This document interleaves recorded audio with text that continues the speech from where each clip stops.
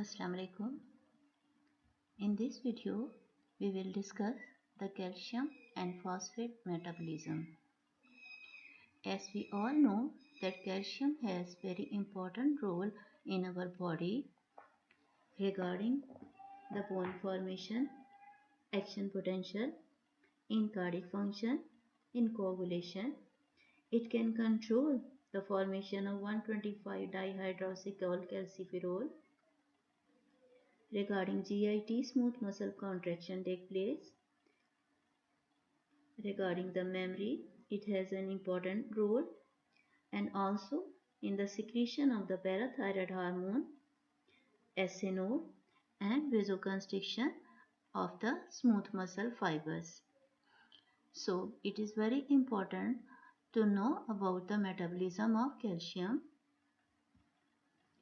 About 99% of the calcium of our body is in the crystalline form in the skeleton and the teeth.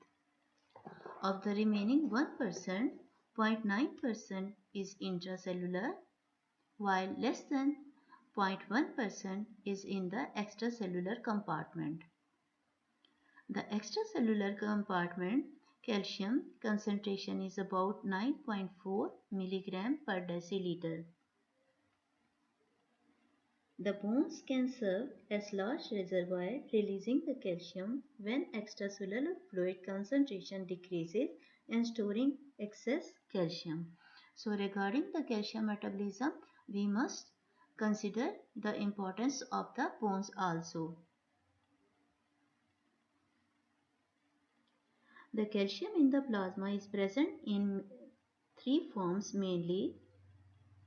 Number one is that about 41% of the calcium is combined with the plasma proteins, and this is the non-diffusible form of the calcium.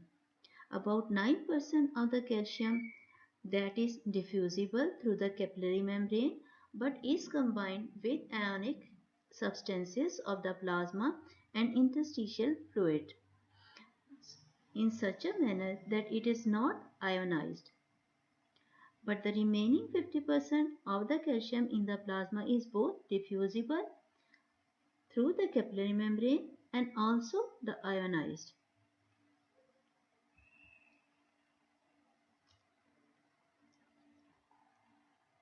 Regarding the excitable cells, such as neurons, they are very much sensitive to changes in the calcium ion concentration. If there is any increase in the calcium ion concentration above normal, it can cause the progressive depression of the CNS, while its decreasing concentration can cause the nervous system to become more excitable. Regarding the intracellular calcium, it has very important role as second messenger. It is involved in the cell motility and also the structure and functional integrity of the bone and the teeth.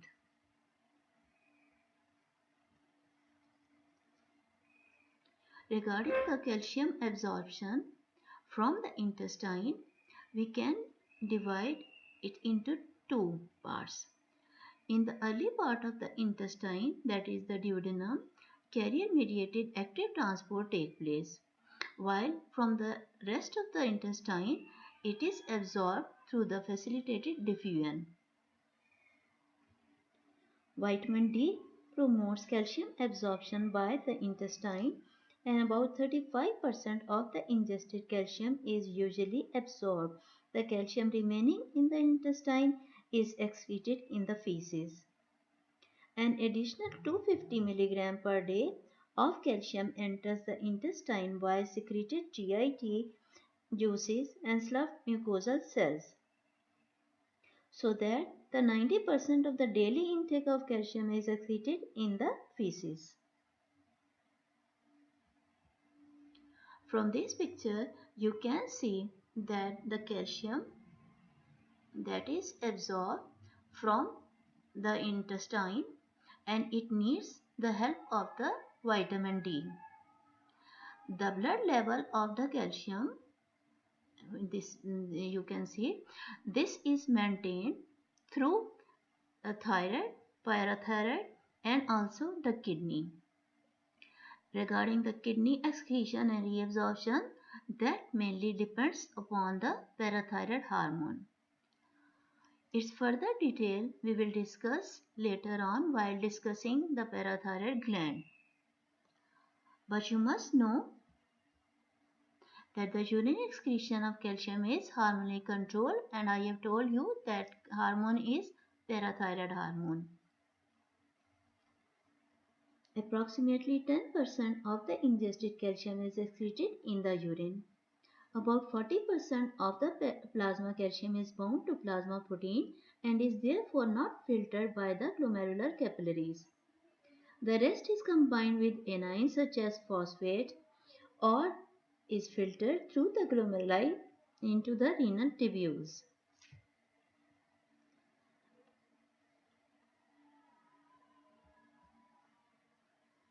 When calcium concentration is low, the reabsorption is great. So almost no calcium is lost in the urine, while even a minute increase in the blood calcium ion concentration above normal increases calcium excretion markedly. So it is the role of the kidney which is going closely to maintain the blood plasma calcium level, and for that we have important role of the parathyroid hormone.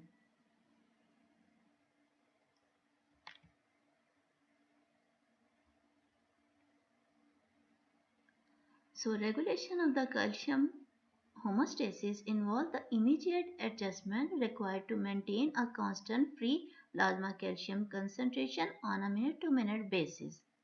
This is mainly accomplished by rapid exchanges between bone and the extracellular compartment.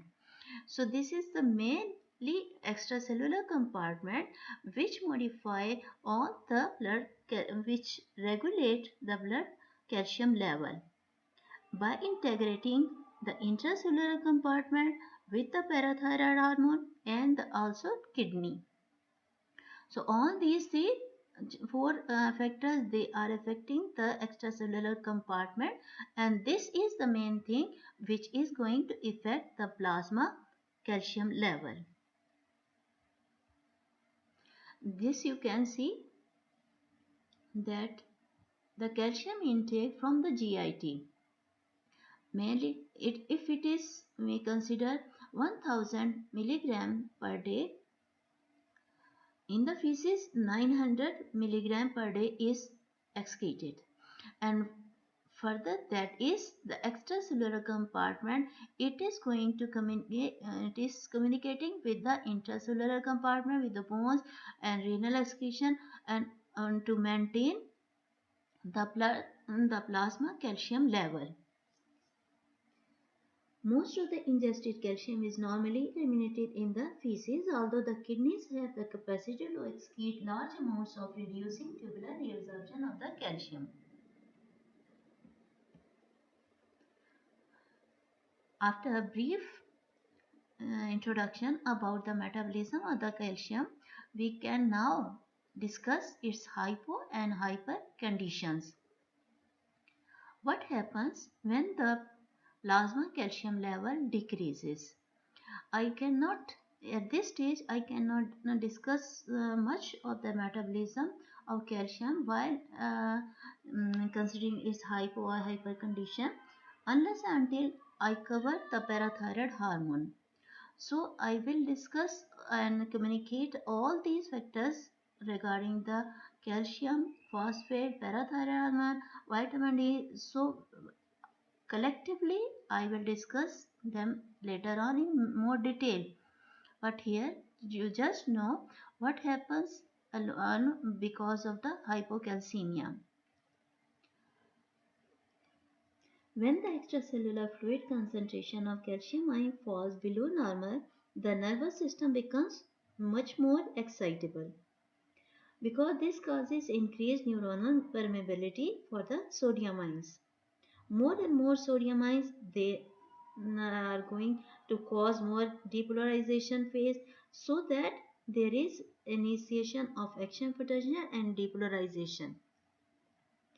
At plasma calcium concentration about 50% below normal, peripheral nerve fibers become much more excitable, and this can lead to the condition that is called the tetany. This is the condition that is the tetany caused by hypocalcemia. You can see through this animation. I want to show you the carpopedal spasm, that is this specific posture of the hand due to the decreased plasma calcium ion, and here you can see the Chiastic sign of the hypocalcemia, that is by touching the cheek of the patient there is twitching of the muscle.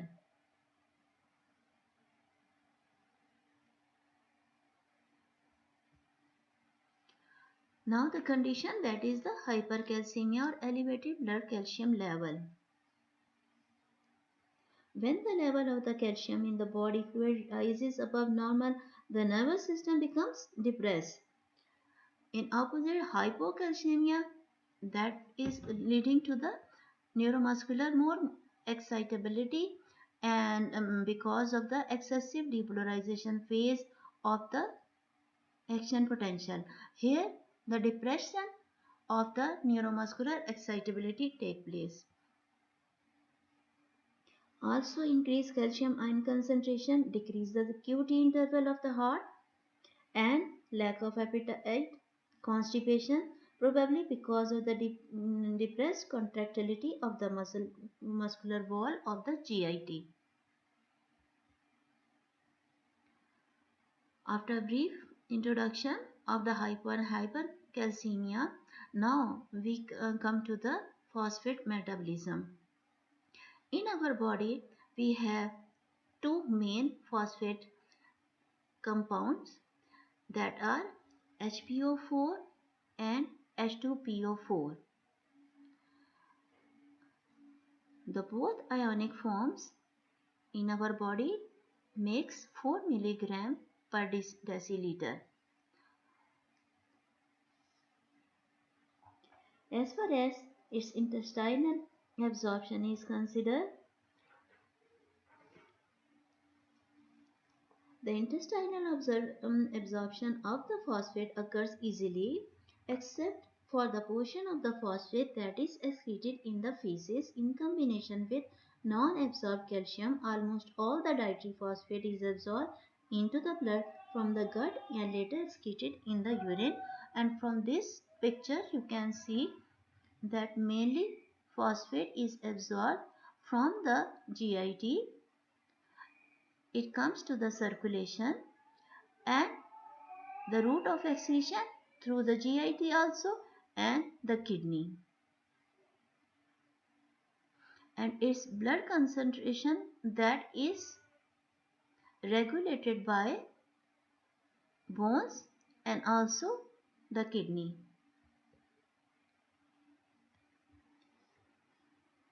When phosphate concentration in the plasma decreases or increases, that is the renal phosphate is controlled by an overflow mechanism. If it is below the critical level, the phosphate in the glomerular filtrate is reabsorbed and no phosphate is lost in the urine. And in the other case, if it is above this critical concentration, the rate of phosphate loss is directly proportional to the additional increase. Thus the kidney, they are going to regulate the phosphate concentration mainly. So for its excretion and for its better blood circulatory level, the kidneys, they are performing a very important role. This is all about the calcium and phosphate mechanism and metabolism in our body. Regarding the bone, which relation they are forming, so we will discuss it later on in next video with also concentrating the parathyroid hormone. And after that, covering with vitamin D, I will give you the sketch regarding calcium phosphate metabolism and how they are controlled because of the parathyroid hormone have a role of thyroid hormone. So all these things they are going to control their level, so should be discussed in relation with each other, and that is only possible when we will cover the parathyroid hormone also. So keep watching my video. We will discuss it later on. Okay, thank you and Allah Hafiz.